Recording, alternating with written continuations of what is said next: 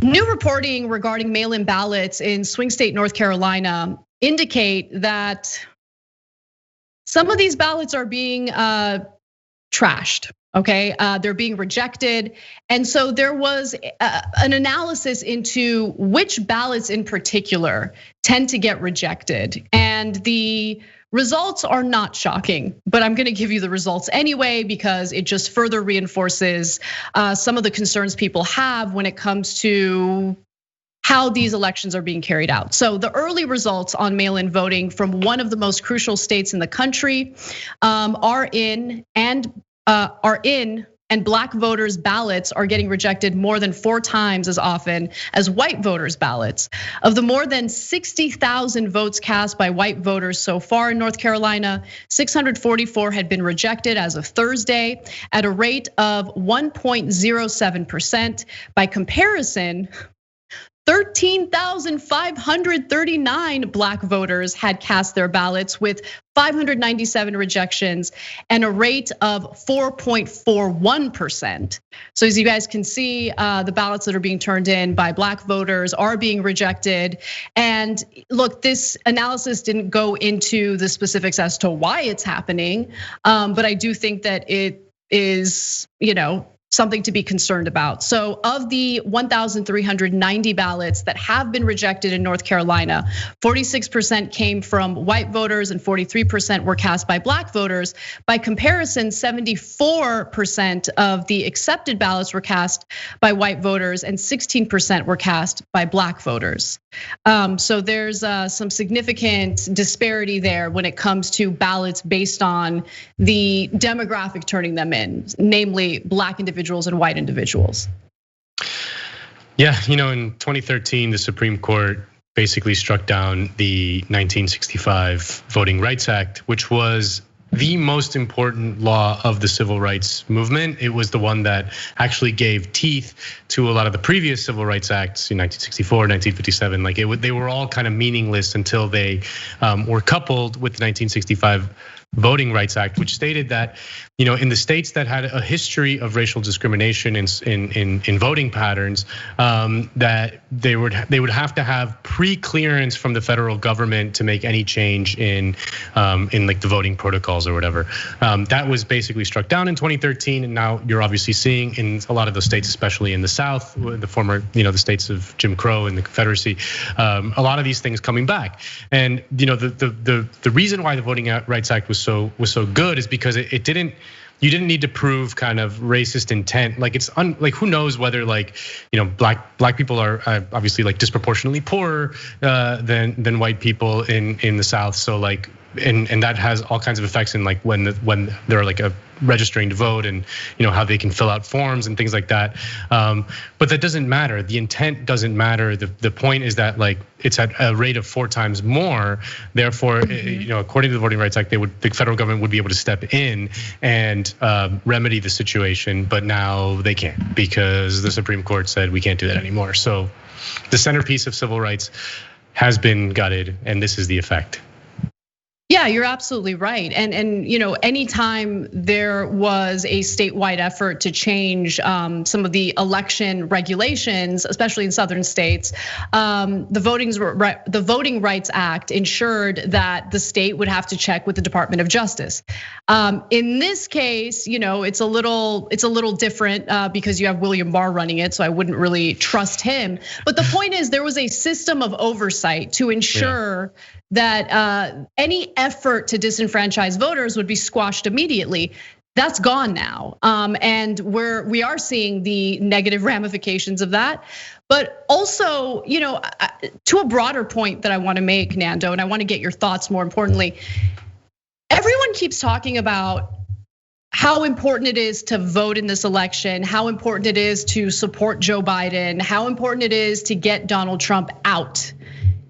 But I feel like there isn't enough emphasis on undoing, some of the damage that the Republican Party has already, like how they've already implemented certain policies that disenfranchise voters, how all this disinformation is being spread by Trump and his cronies about how mail-in ballots lead to widespread rigging. Like, there isn't really an effective counter response by Democrats. Luckily, a federal judge just yesterday ruled that Louis DeJoy, as the Postmaster General, must reverse all of the operational changes he made in the post office, which of course are going to make it incredibly difficult for the post office to process this high number of incoming mail-in ballots. So that's a little bit of good news. But the election is just weeks away. I mean, we're pretty close, and I just don't think there's been enough done to ensure that this is going to be a free and fair election. Yeah, I mean, you're absolutely right. I mean, the sort of liberal obsession and is that voting is kind of like the moral thing that you do in a way to express your morality or in some way, like that it is the sort of bedrock of the system of democracy. They do all these kind of campaigns, vote or die, rock the vote. They love all this stuff. But when it comes to actually protecting the mechanisms of how people can vote, like the Republicans are just like ruthlessly focused on power and how that works. Whereas liberals are just kind of like standing on the sidelines, kind of cheering on people to vote, but not actually making it easy to expand the access to voting. It's incredibly infuriating. I mean, this has been going on for years. Like, I mean, the resistance to it, like it's just been absolutely nil. Like when Democrats are in power, they need to institute the kind of nuts and bolts reforms that aren't, I mean, beyond like things like healthcare for all, free public education for all those things, which would be great, but like just as a ruthless way to maintain their own power, they should be instituting things that make it incredibly easy for people to vote. Because there are more Democrats in the United States than, more people vote Democrat for the United States than Republicans. That's true at the presidential level. I mean, the Democrats have won the popular vote, like.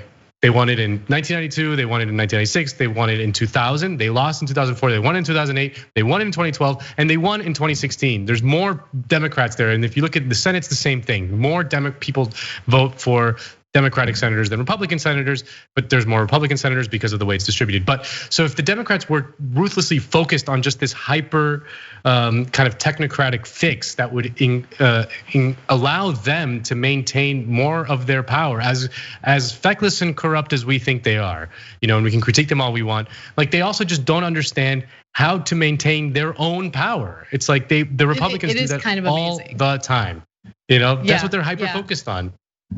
Yeah. I mean, there's just, all I see is that giant mountain that Democrats have to climb, because it's of course everything we just mentioned right now, the importance of making it easy for people to vote and ensuring that it's a free and fair election.